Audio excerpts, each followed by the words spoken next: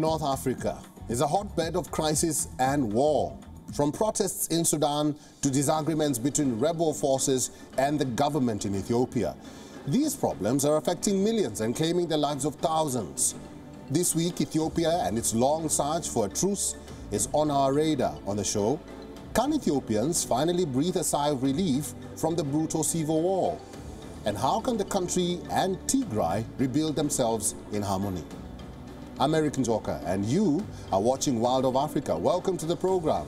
Let's begin by what else is happening in the continent. Ghana has officially confirmed cases of the Marburg virus, a highly infectious disease similar to Ebola. The country's health service says at least 2 people have died after testing positive for the virus earlier this month. Officials are monitoring the situation to curb the spread of the virus. A mysterious disease that caused panic and killed at least 3 in Tanzania has been identified as leptospirosis, or rat fever, a bacterial infection commonly spread by rodents. The government of Tanzania has ordered a probe. The WHO is also investigating the illness. Confirmation results from its reference lab in Senegal will determine any additional response. Kenya and Somalia have agreed to end the stalemate as both Presidents Uhuru Kenyatta and Hassan Sheikh Mohammed inked deal to strengthen relations after recent tensions over trade and a maritime border. A Spanish court has revealed the preliminary results of the autopsy conducted on Angola's former president, José Eduardo dos Santos. Results say that he died due to natural causes. The court has, however, ordered further examination on the ex-leader who passed away earlier this month. Tunisian tennis player Ons Jabeur was honored with the Great Medal of the National Order of Merit on July 14th by Tunisian President Kais Saied at the Presidential Palace. Ons Jabeur is the first African woman to reach Grand Slam singles final. Jabeur finished as the runner-up in Wimbledon 2022. The war between the Ethiopian government and its allies against Tigray, one of its northern states, has led to a humanitarian crisis. Tigray was an environmental success story, but the war is undoing decades of regreening. Prime Minister Abiy Ahmed and the Tigray People's Liberation Front, or the TPLF, have been at loggerheads since 2020. Now, after over 2 years of the war, leaving millions displaced and thousands dead, both parties have asserted their desire for peaceful negotiations to find an end to the conflict. But how did the civil war begin? Let's find out. It was the exodus that exposed a hidden evil that was brewing at Ethiopia's heart. A community that claimed to have been forsaken was now avenging, and its people bore the brunt of the anger. To understand the conflict in Africa's second most populous nation, one has to go back in history. Tigrayans make up only around 7% of the nation's population. A group called the Tigray People's Liberation Front, or TPLF, has maintained wide-scale control of the Ethiopian government since 1991. Created as a rebel militia group in the 1970s, TPLF later became the dominating political leadership group. Through the leadership of TPLF, supported by Prime Minister Meles Zenawi, Ethiopia experienced significant economic development and stability. In 2018, this long-running political domination of the TPLF came to an end with the election of Prime Minister Abiy Ahmed. Despite being a former TPLF officer himself, Abiy quickly removed Tigrayan officials from office, charging some with corruption or human rights abuses in order to justify his extermination of the existing government. After postponing Ethiopia's 2020 elections and extending his own presidency under the guise of the COVID-19 pandemic, the TPLF had had enough. A month later, Tigray leaders rebelled against Abiy's orders and held regional elections in September, warning that they would consider any federal intervention by Abiy or his government as a declaration of war. The story that the population had is vehemently opposed to us. This is absolutely overstated. The claim that Addis will turn to a bloodbath if we enter Addis is absolutely ridiculous. Ethiopia will not collapse. Ethiopia will prosper. Ethiopia will forever exist with her honor by defeating all who test her through the blood and bones of her children. Outraged, Abiy and his cabinet accused the TPLF of attacking a military camp and declared a state of emergency, deploying troops to the capital of Tigray, Mekelle, to target TPLF leaders, officially starting the Tigray war. Since the deployment of troops to Mekelle in 2020, countless people lost their lives and numerous human rights violations took place on both sides. The war restricted humanitarian aid efforts severely, resulting in less than 10% of aid sent to the Tigray region making it through the Ethiopian government's blockades. The violations we have identified may amount to crimes against humanity or war crimes and a number of other violations, but not genocide. It is time for all parties to recognize that there is no military solution. And it's vital to preserve the unity and stability of Ethiopia, which is critical to the region and beyond. In addition to these human rights violations, the Tigray war created a massive refugee crisis, forcing over 2 million people out of their homes during the 16-month-long conflict. Only exacerbating this refugee crisis is widespread man-made famine. By intentionally destroying seeds and crops and preventing farmers from planting, the Ethiopian government has created a famine unlike any in the world. A staggering 5.2 million people in northern Ethiopia alone are facing serious starvation and lack of basic necessities. The WHO chief once said that the situation in Tigray is hell. It seems the flames in that hell are dying down. There is some hope, as in March, Tigrayan rebels agreed to a cessation of hostilities, a new turning point in the nearly 17-month war in northern Ethiopia, following the government's announcement of an indefinite humanitarian truce.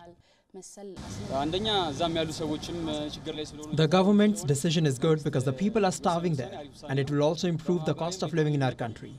It's the right decision both economically and socially.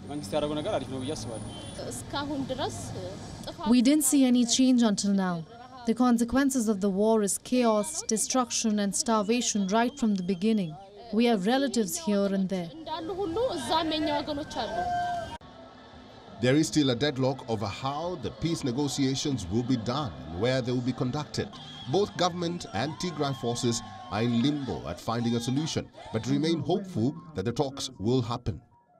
Although these actions by no means guarantee peaceful end to the Tigray war, they prove a step in the right direction towards peace. There is confusion over the peace accord. Both the government and the TPLF have conflicting versions of how they want the truce to be signed and also implemented. Our correspondent Coletta Wajohi explains how the negotiations are going to play out and the road to finding peace. There isn't much information about when and how a process into the peaceful resolution of the conflict in Ethiopia's north will happen. A 7-member committee led by the Deputy Prime Minister has already had its first meeting on the issue. Abiy Ahmed's government says peace is essential for its political and reform initiatives to succeed. Both committees have underscored the need to put an end to this tragic chapter in our history and to move forward. Both committees have expressed an aspiration to move towards reconstruction, rehabilitation, and reconciliation of communities that have been affected by the conflict. Both committees have also reiterated the need to avoid further bloodshed and to end the suffering and misery that has been occasioned by the conflict. Furthermore, both committees have expressed the need to foster national consensus through a process of inclusive national dialogue. The African Union has been working through its special envoy for the Horn of Africa, former Nigerian President Olusegun Obasanjo, to find a lasting solution to the conflict that has persisted since November 2020. In an open letter, the rebel group that has been in conflict with the government, the Tigray People's Liberation Front, expressed mistrust for the leadership of the African Union Commission. It said it preferred Kenya to host and facilitate any peace process. But Abiy Ahmed's government insists a peace process must be led by the African Union. I would like to reiterate the fact that while both committees have underscored the need to pursue a peaceful resolution of the conflict, they have also emphasized the need that any outcome of such a process should be within the bounds of these three principles that I have stated.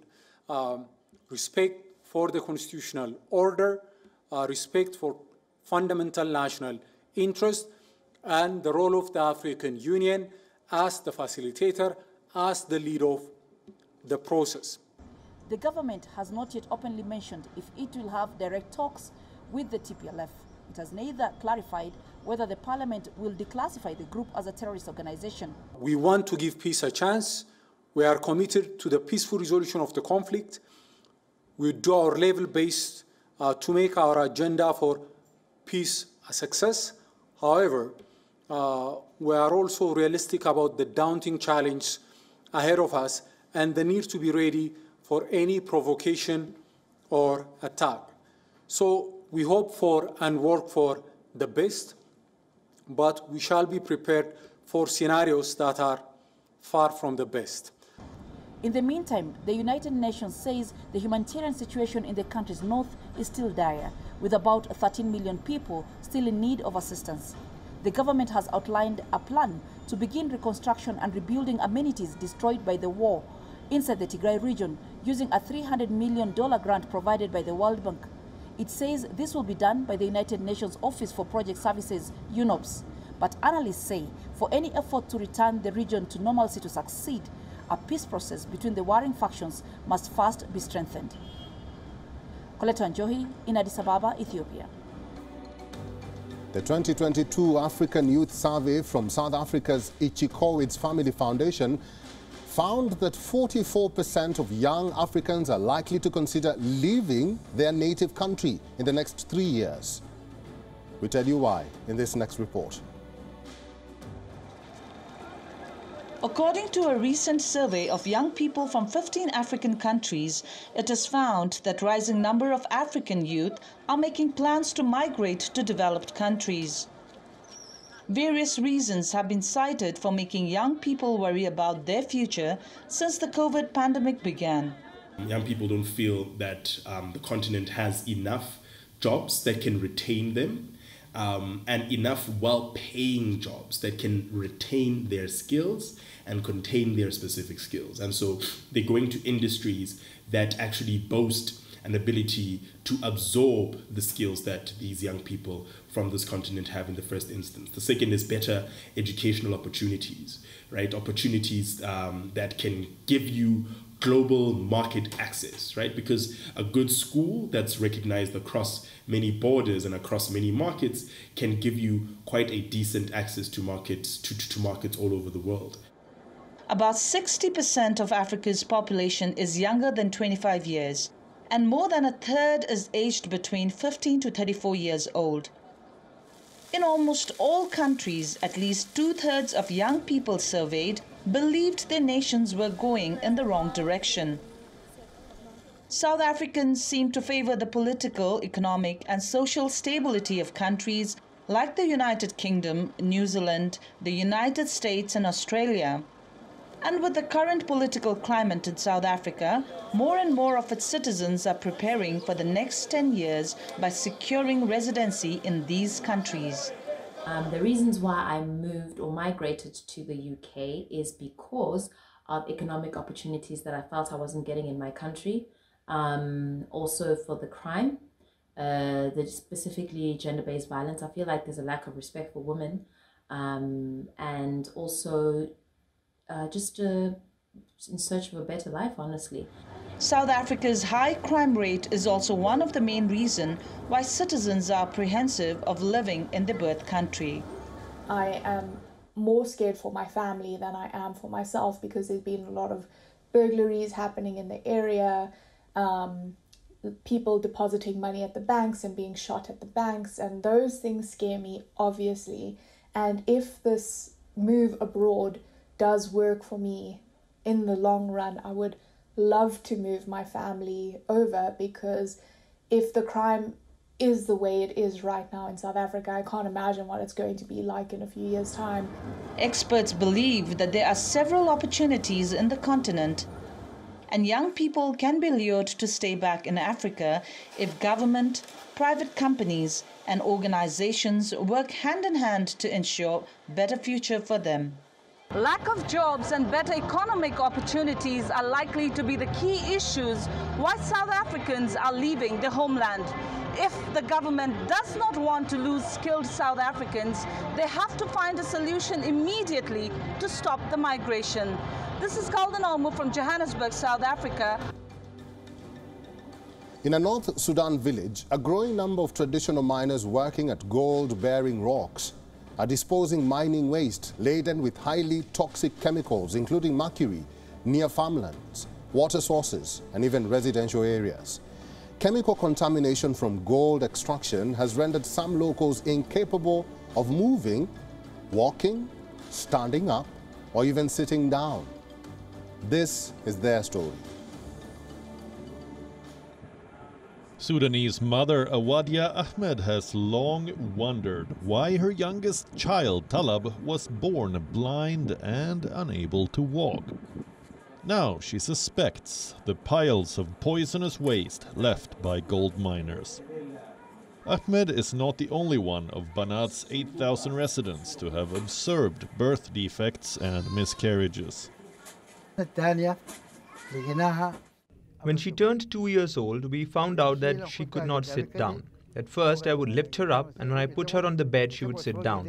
A while later, she became heavier, so she could not keep upright anymore. Even though her health appeared excellent, her body was dysfunctional.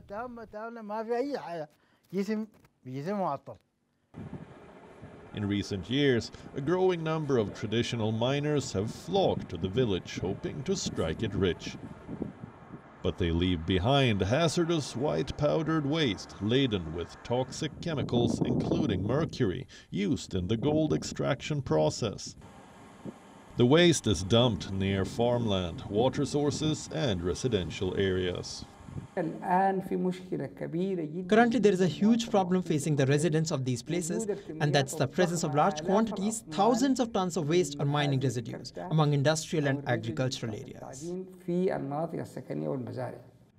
Artisanal gold mining is widespread across much of Sudan, employing over 2 million people, producing about 80% of the gold extracted nationwide.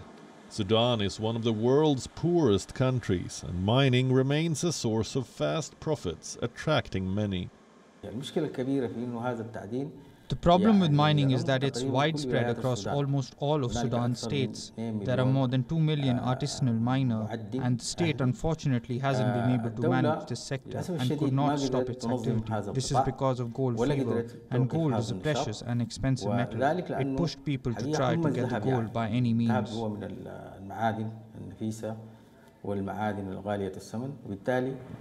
The industry has flourished since oil-rich South Sudan broke away in 2011 during the rule of now ousted President Omar al-Bashir.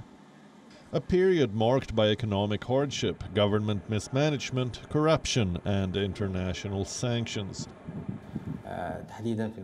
This has a very big impact on the soil and its use in many places, especially in agricultural areas, forests, and even in the desert. There is now a lot of destruction, huge physical destruction within the lands. We've got very large deep pits and large quantities of mining waste. Political and economic turmoil in Sudan has piled up pressure on households already struggling to make ends meet.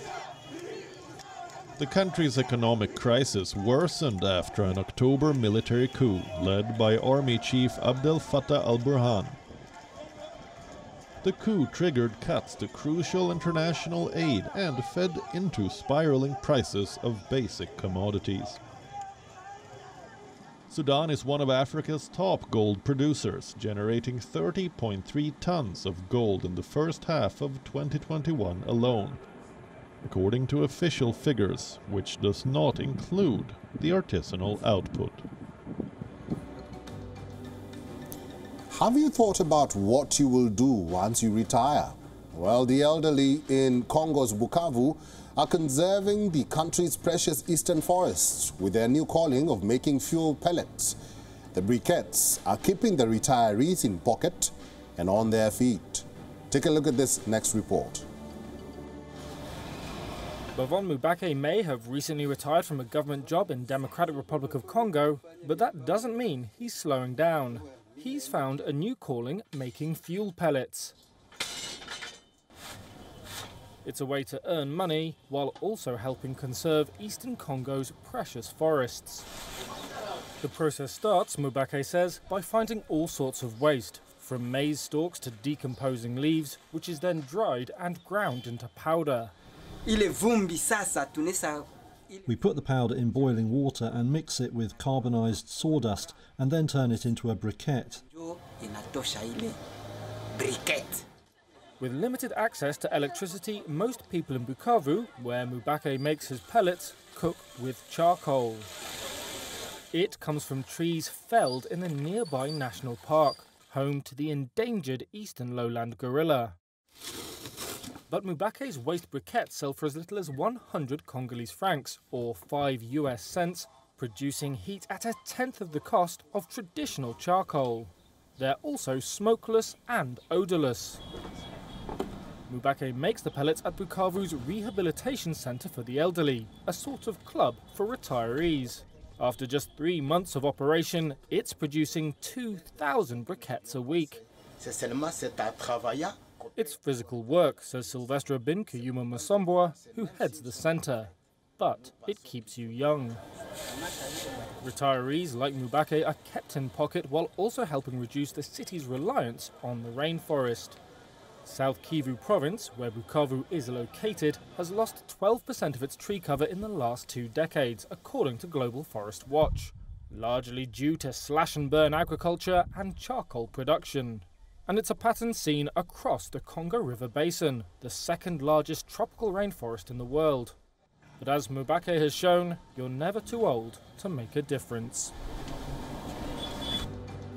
Many people are mesmerized by the wonders of Egypt, especially the Great Pyramids of Giza. Only one problem: traveling has become too expensive nowadays. But not to worry, a museum in France is hoping to make your dreams come true without the hassle of making hefty travel plans. Tourists can now go to the heart of ancient Egypt through an immersive virtual reality experience at Paris's Arab World Institute. Take a look at this next report.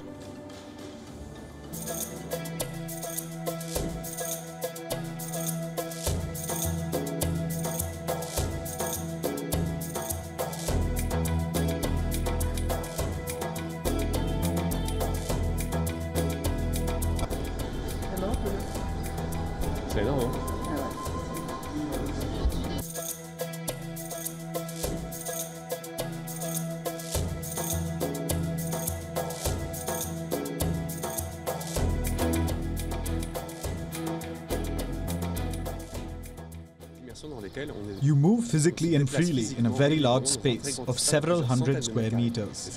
It's as though you are completely immersed. You can feel as though you are living in a virtual environment.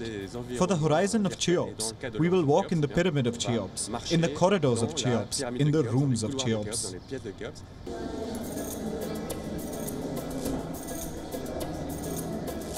Derrière celle que tu vois, il y en a une autre encore. Non, derrière la pyramide que tu vois là. Pour nous, c'est ni la fin des expositions. For us, this is neither the end of classic exhibitions nor the end of travel. Immersive expeditions are something new. They complement everything else. The great strength is the contextualization. Here, we will see the pyramid as it originally was, how it was used, its symbolism, and ultimately, why it was there. Utiliser sa symbolique, pourquoi elle était là au final. Et nous...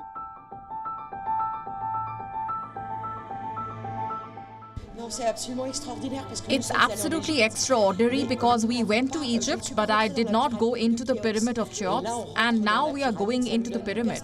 It gives us a totally different perspective. Everyone knows the Egyptian pyramids. Here, not only are we inside, but we are on top of them, around them, in a boat that flies over. You are completely immersed. It's total immersion.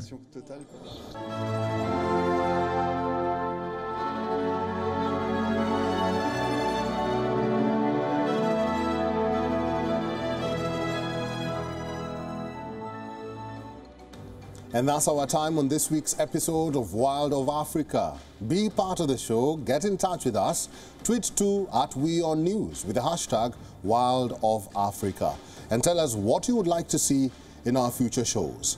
I'm Erik Njoka. Thanks very much for your time and for watching, and see you next week.